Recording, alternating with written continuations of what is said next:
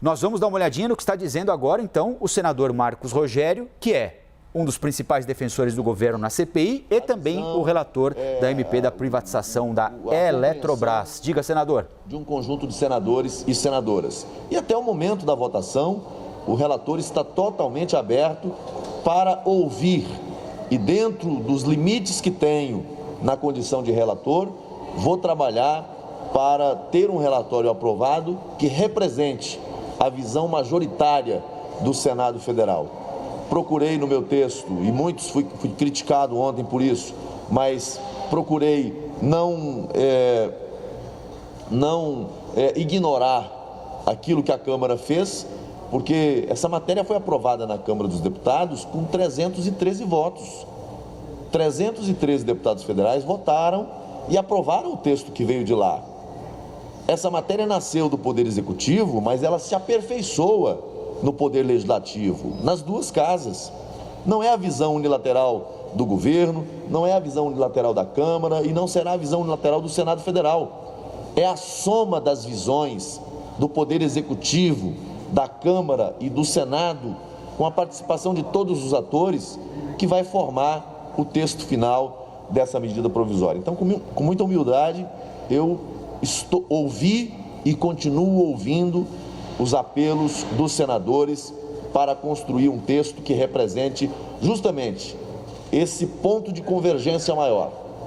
Então, já recebi hoje apelos, por exemplo, em relação à questão das térmicas a carvão, né? Eu não acrescentei novas térmicas, não entrei nesse mérito, tinha emenda para poder acrescentar 2,5 GB de térmicas a carvão. Eu não acolhi essa emenda, mas acolhi uma sugestão que pretende prorrogar a CDE para a região sul, especialmente, que é onde estão essas térmicas, atendendo apelos de alguns senadores de lá. Mas estou sendo provocado por outros senadores que entendem que não deveríamos fazer assim.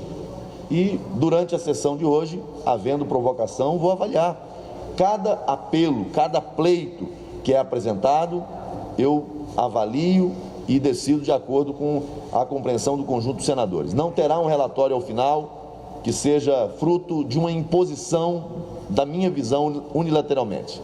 O texto será fruto de uma construção coletiva, né? Essa noite ouvi muito, continuei ouvindo agora de manhã e até o final da sessão todas as ponderações serão levadas em consideração para que a gente tenha o texto aprovado e esse tema seja um tema de avanço para o Brasil. Com a Eletrobras capitalizada, com condições de voltar a ter protagonismo no setor elétrico, com capacidade real de investimento e, ao mesmo tempo, garantia de uma energia mais barata e cada vez mais limpa. Senador, então, pode haver mudanças durante a votação?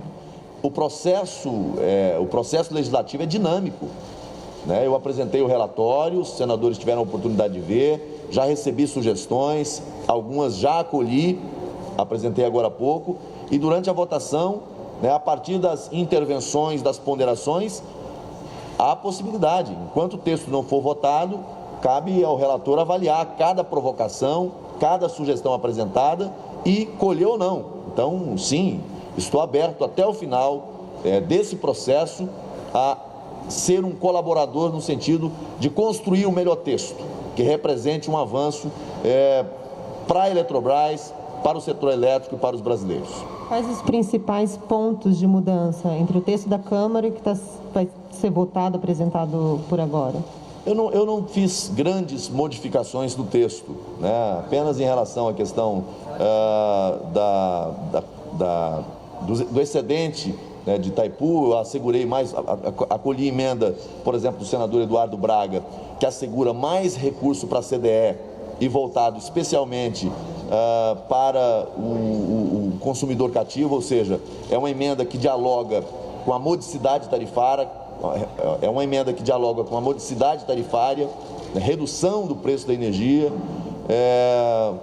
e além de outras emendas que vão nessa mesma direção, que diminui, né, o tempo de internalização de recursos para a CDE. Enfim, foram emendas que buscaram aperfeiçoar o texto que veio da Câmara na visão dos senadores e com foco, sobretudo, nessa questão da modicidade tarifária. O senador Eduardo Braga apresentou 2 emendas, eu acolhi as 2, uma que altera o prazo da descotização, que era de 3 a 10, salvo engano, eu coloquei de 5 a 10, não me lembro o número final aqui, mas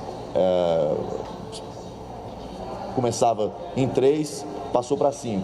E em relação à questão dos investimentos, dos aportes na CDE, em relação às térmicas, eu mantive a linha principal apresentada pela Câmara dos Deputados, apenas incluímos a região sudeste, que é um apelo do caso do Rio de Janeiro e Minas Gerais, a parte da Sudene, ali de Minas. Então, atribuí para essa região 1 giga daqueles 6 que foram aprovados na Câmara dos Deputados. Enfim, não foram mudanças significativas, foram mudanças pontuais para buscar atender a visão, a compreensão dos senadores em relação a essa medida provisória.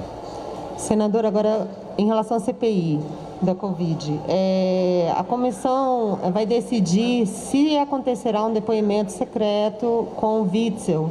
O senhor considera que isso é possível? Eles, inclusive, o senador Humberto Costa falou que vão verificar no regimento interno se é possível até irem, caso necessário, ir ao Rio de Janeiro para colher esse depoimento. O que o senhor acha disso? Acha que é possível? Olha, o Witzel já praticou muito ato secreto, tanto que foi cassado por isso, justamente pelos erros que ele cometeu, né? E não acho que tenha qualquer conteúdo que ele tenha que revelar à CPI que tenha necessidade de fazer uma sessão secreta.